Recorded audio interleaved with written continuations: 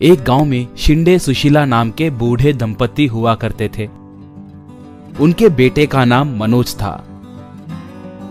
शिंदे एक किसान था। अपने छोटे से खेत में मेहनत करके खेती बाड़ी करता था। मनोज कॉलेज में पढ़ता था। थोड़े दिनों के बाद मनोज की पढ़ाई पूरी हुई।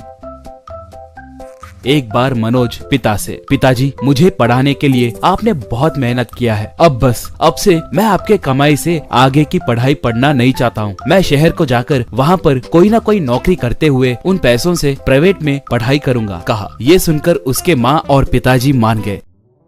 ऐसे मनोज बस चढ़कर शहर को निकला।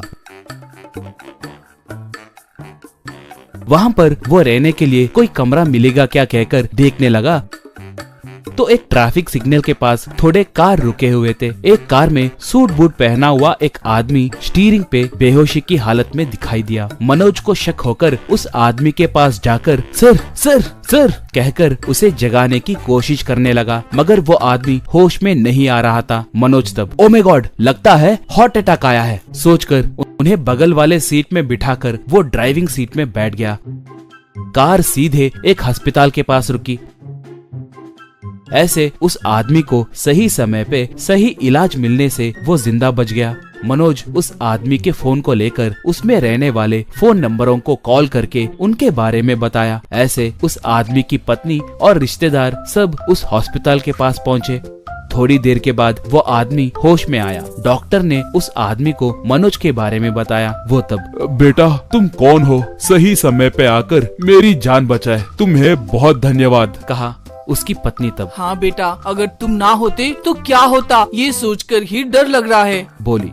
मनोज उसके बारे में उन्हें बताया। वो आदमी तब उससे मेरा नाम कपाड़िया है, ये मेरी पत्नी देवी है, मैं Kapadia chain of dhaba and restaurant का मालिक हूँ। तुम्हें मेरे रेस्टोरेंट में अच्छी नौकरी दूंगा, रहने के लिए एक अच्छा घर भी दूंगा, तुम अच्छे से पढ़कर जिंदगी में आगे बढ़ो, कहा। देवी तब बेटा पहले हमारे घर को आकर हमारा आतिथ्य स्वीकार करो, बोली। मनोज दोनों को नमस्कार किया। ऐसे मनोज उनके घर में उनके साथ भोजन किया।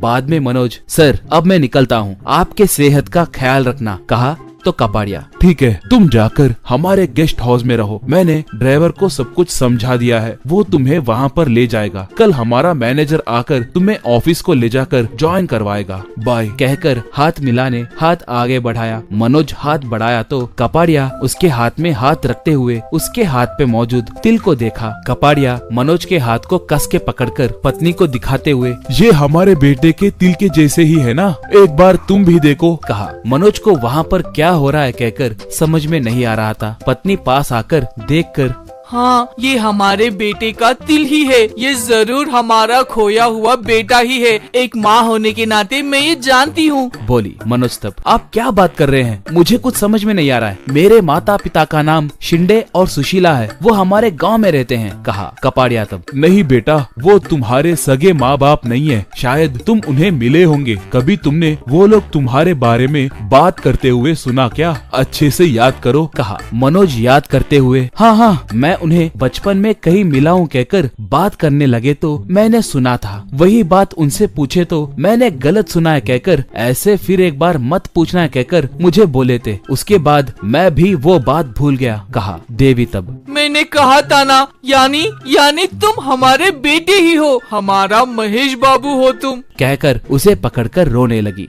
कपाड़िया भी उसे गले लगाकर बेटा महेश, लगता है वो भले लोग हैं, तुम मिले हो कहकर बोले तो तुम दुखी हो गए कहकर तुमसे बोले बिना ही रह गए। अब इस उम्र में उनके दिल को दुखाना भी हमें पसंद नहीं है, मगर तुम ही हमारे बेटे हो कहकर पता चलने से हमारे दिल को अच्छा लगा। ये पूरी जायदाद तुम्हें सौंपकर मैं आराम करूंगा, तुम मेरे कहे जैसे करो, कहकर क्या करना है बताया। मनोज ठीक है कहकर अगले दिन वो एक नए कार में गाँव को निकला।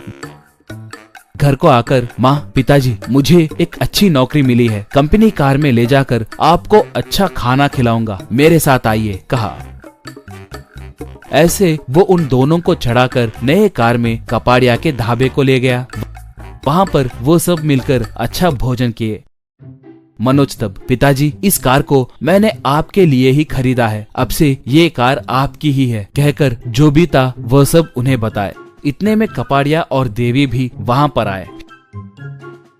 शिंदे तब, हाँ बेटा, कपाड़िया साहब सच कह रहे हैं। तुम हमें बचपन में एक शहर में मिले थे। हमें बच्चे नहीं थे, इसलिए तुम्हें भगवान का वरदान समझकर हमने पाला। कहा तो सुशीला, ये बात अगर तुमसे कहे तो तुम दुखी होगे कहकर तुमसे बताया नहीं, हमें माफ करो बेटा। बोली। मनोज तब, माँ आप मुझसे माफी क्यों मांग रहे हो? आप हमेशा मेरे माता पिता ही रहेंगे। कपाड़िया जी मुझ पे प्यार से मुझे अपने जायदाद का वारिस घोषित किए। अब से आप भी मेरे साथ ही रह सकते हैं। कहा। ये सुनकर वो सब बहुत खुश हुए।